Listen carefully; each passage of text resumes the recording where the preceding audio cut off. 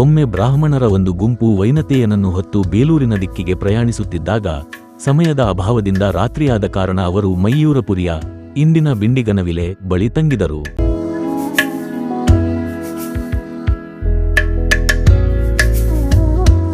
ಅವರು ವೈನತೆಯನನ್ನು ಒಂದು ಸ್ಥಳದಲ್ಲಿ ಇಟ್ಟು ವಿಶ್ರಾಂತಿಗೆ ಮಲಗಿದರು. ಅದೇ ರಾತ್ರಿಯಲ್ಲಿ ವೈನತೆಯ ದೇವರು ಪಾಳೆಗಾರ ಮತ್ತು ಬ್ರಾಹ್ಮಣರ ಕನಸುಗಳಿಗೆ ಬಂದು ಹೇಳಿದರು, ನನಗೆ ನನ್ನ ಸ್ವಾಮಿ ಶ್ರೀ ಚೆನ್ನಕೇಶವದ ದರ್ಶನವಾಯಿತು. ಇದು ನನ್ನ ಜನ್ಮಸ್ಥಳ. ನನ್ನನ್ನು ಇಲ್ಲಿ ಬಿಡಿ. ನೀವು ನಿಮ್ಮ ಪ್ರಯಾಣ ಮುಂದುವರಿಸಿ.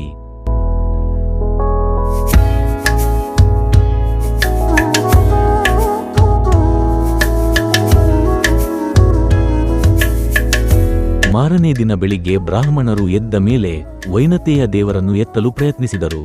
ಎಷ್ಟೇ ಪ್ರಯತ್ನಿಸಿದರೂ ಎತ್ತಲಾಗಲಿಲ್ಲ. ಅಲ್ಲಿಗೆ ಪಾಳೆಗಾರ ಜಗದೇಕರಾಯ ಬಂದು ತನ್ನ ಕನಸು ಮತ್ತು ದೇವರ ಸಂದೇಶವನ್ನು ವಿವರಿಸಿದನು. ಬ್ರಾಹ್ಮಣರು ತಾವು ಕೂಡ ಅದೇ ಕನಸು ಕಂಡಿದ್ದೇವೆಂದು ಒಪ್ಪಿಕೊಂಡು ವೈನತೆಯ ದೇವರನ್ನು ಅಲ್ಲೇ ಬಿಟ್ಟರು. ಕಾಲಕ್ರಮೇಣ ವೈನತೆಯನ ಮರದ ಮೂರ್ತಿ ಹಾಳಾಗಿ ಶಿಥಿಲಾವಸ್ಥೆಗೆ ತಲುಪಿತು. ಹಳ್ಳಿಯ ಜನರು ಹೊಸ ಮೂರ್ತಿಯನ್ನು ಪ್ರತಿಷ್ಠಾಪಿಸಲು ನಿರ್ಧರಿಸಿದರು. ಹಳೆಯ ಮೂರ್ತಿ ಮರದಲ್ಲಿದ್ದು ಹೊಸದು ಮರದ ಮೂರ್ತಿಯೇ ಆಗಬೇಕು ಎಂದು ತೀರ್ಮಾನಿಸಿದರು.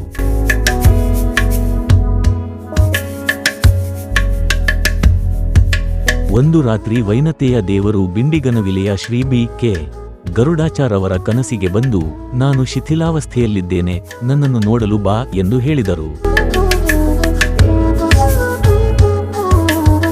ಬಿ ಕೆ ಗರುಡಾಚಾರ್ಯವರು ಬಂದು ದೇವರನ್ನು ನೋಡಿ ಬೇಸರಗೊಂಡು ಹೊಸ ಮೂರ್ತಿ ಕೆತ್ತನೆ ಮಾಡಲು ವೈನತೆಯರ ಅನುಮತಿ ಪಡೆದು, ನಾವು ಚಂದನದ ಮರದಲ್ಲಿ ಮೂರ್ತಿ ಸ್ಥಾಪಿಸುತ್ತೇವೆ ಎಂದು ಹೇಳಿ ಶಿಲ್ಪಿಗಳಿಗೆ ತಿಳಿಸಿದರು.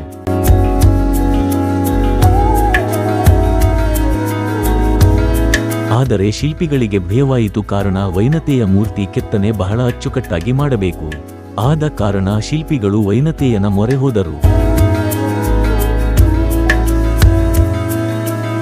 ಅವರು ದೇವರ ಸಹಾಯ ಕೇಳಿದರು. ಆಗ ಮರದ ಮೇಲೆ ಪೆನ್ಸಿಲ್ ಚಿತ್ತಾರದಂತೆ ರೂಪ ಕಾಣಿಸಿತು. ಆ ರೇಖೆಯನ್ನು ಅನುಸರಿಸಿ ಅವರು ಮೂರ್ತಿ ಕೆತ್ತನೆ ಮಾಡಿ ಸ್ಥಾಪಿಸಿದರು.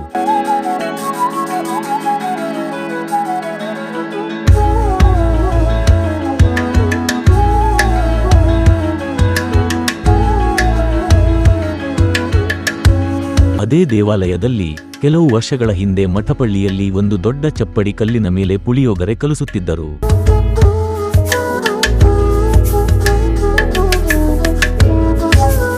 ಆ ಊರಿನ ಪಾಳೆಗಾರನಿಗೆ ರಾತ್ರಿ ಕನಸಿನಲ್ಲಿ ಹನುಮ ದೇವರು ಬಂದು, ನನ್ನ ಬೆನ್ನ ಮೇಲೆ ಪುಳಿಯೋಗರೆ ಕಲಸಲಾಗುತ್ತಿದೆ, ನನ್ನ ಬೆನ್ನು ಉರಿಯುತ್ತಿದೆ, ಬಂದು ಒಮ್ಮೆ ನೋಡು ಎಂದು ಹೇಳಿದರು.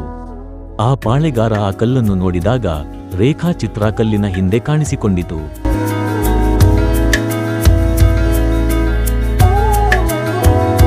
ಆ ಪಾಳೆಗಾರ ಹಳ್ಳಿಯವರ ಸಹಾಯದಿಂದ ಆ ಮೂರ್ತಿಯನ್ನು ಊರಿನ ಪ್ರವೇಶದ ಬಾಗಿಲಲ್ಲಿ ಪ್ರತಿಷ್ಠಾಪಿಸಿದರು.